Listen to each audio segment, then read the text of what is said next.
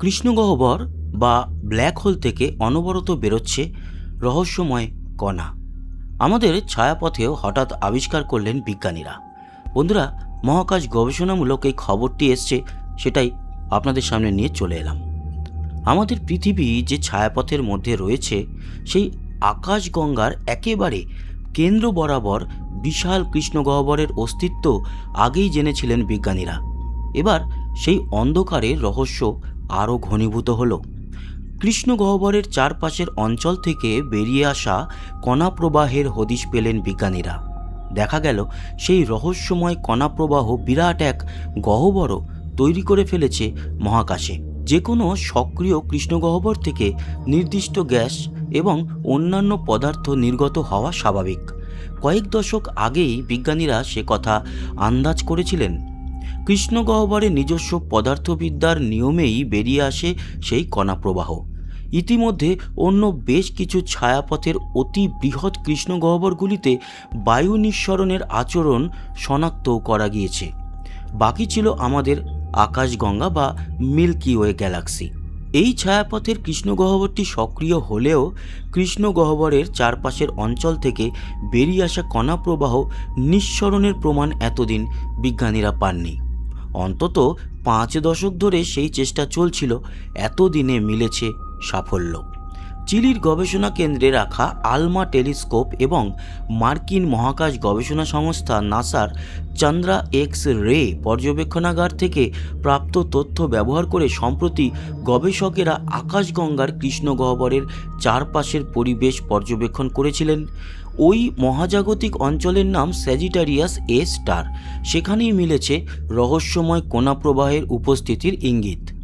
বিজ্ঞানীরা দেখেছেন Sagittarius A star অঞ্চলে একটি বিশাল শঙ্কু আকৃতির গহ্বর তৈরি হয়েছে। সেটি উত্তপ্ত এবং বৈদ্যুতিকভাবে সক্রিয় গ্যাসে পরিপূর্ণ। কৃষ্ণগহ্বর থেকে বায়ু প্রবাহের কারণেই এই গহ্বর তৈরি হয়েছে বলে অনুমান বিজ্ঞানীদের।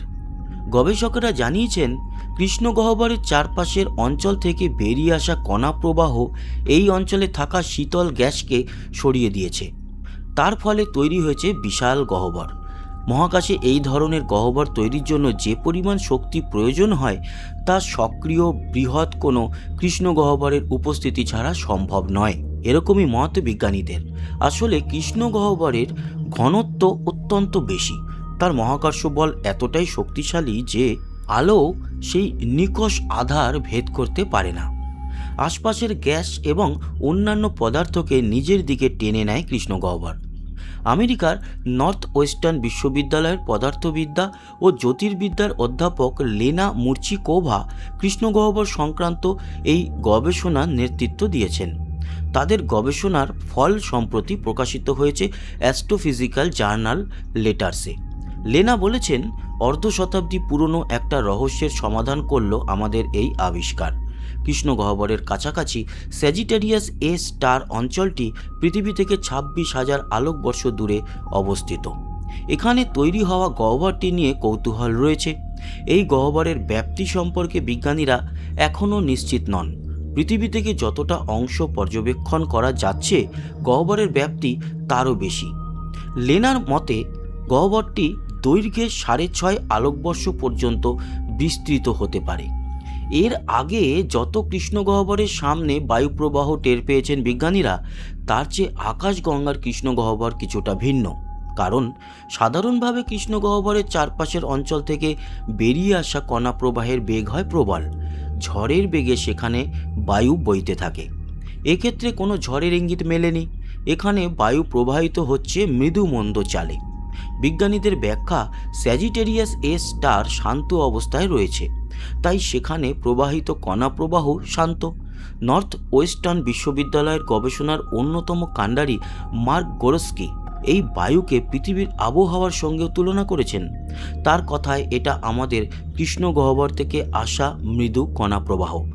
তা ছায়াপথের কেন্দ্রস্থলকে পুনর্গঠন করার মতো যথেষ্ট শক্তিশালী বলে মনে হচ্ছে না। বিজ্ঞানীদের মতে অতি বৃহৎ কৃষ্ণগহ্বরগুলি বেশিরভাগ সময় এমন শান্ত অবস্থায় কাটায়, তবে কখনো কখনো সেখানকার পরিস্থিতি হয়ে ওঠে উত্তাল। তখন প্রবল ঘূর্ণিঝড় সৃষ্টি হয় কৃষ্ণগহ্বরকে কেন্দ্র করে। এই সমস্ত ক্ষেত্রে শক্তিশালী কণা প্রবাহের তাণ্ডব সম্পূর্ণ ছায়াপথ এমনকি তার বাইরের অংশকেও তছনছ করে দিতে পারে। লেনা বলেন, কৃষ্ণগহ্বরে যা প্রবেশ করে তার চেয়ে বেশি গ্যাস বাইরে বেরিয়ে আসে। সেই বেরিয়ে আসা গ্যাস এবং অন্যান্য পদার্থের মিশ্র স্রোতই বায়ুপ্রবাহ তৈরি করেছে। যখন আমরা দূরের ছায়াপথের দিকে তাকাই, ভয়ঙ্কর ঘটনাগুলিকে দেখা সহজ হয়ে যায়। আমরা দেখতে পাই শক্তিশালী প্রবাহ সব ছিন্নভিন্ন করে দিচ্ছে। আমাদের ছায়াপথে এতদিনে মৃদু প্রবাহ দেখা গেল। গবেষণাটিকে অত্যন্ত গুরুত্বপূর্ণ বলে মনে করছেন বিজ্ঞানীরা। এর মাধ্যমে আকাশগঙ্গার কৃষ্ণগহ্বর সংক্রান্ত বড় রহস্যের সমাধান ঘটল। তবে একই সঙ্গে অন্য রহস্যও জন্ম নিল। ভবিষ্যতে এ বিষয়ে আরও অনুসন্ধান, আরও পর্যবেক্ষণ প্রয়োজন। তবেই কৃষ্ণগহ্বরের প্রকৃতি সম্বন্ধে আরও নিশ্চিত হওয়া যাবে। বন্ধুরা, কেমন লাগলো মহাকাশ গবেষণামূলক এই খবরটি? আশা করি ভালো লেগেছে। ভালো লেগে থাকলে আমাদের সঙ্গে সাবস্ক্রাইব করে জুড়ে থাকবেন, ভালোবাসা নেবেন, বড়রা শ্রদ্ধা নেবেন, আর কমেন্ট বক্সে আপনার মতামত জানাতে ভুলবেন না। ধন্যবাদ। আবার দেখা হবে। ততক্ষণের মতো টাটা।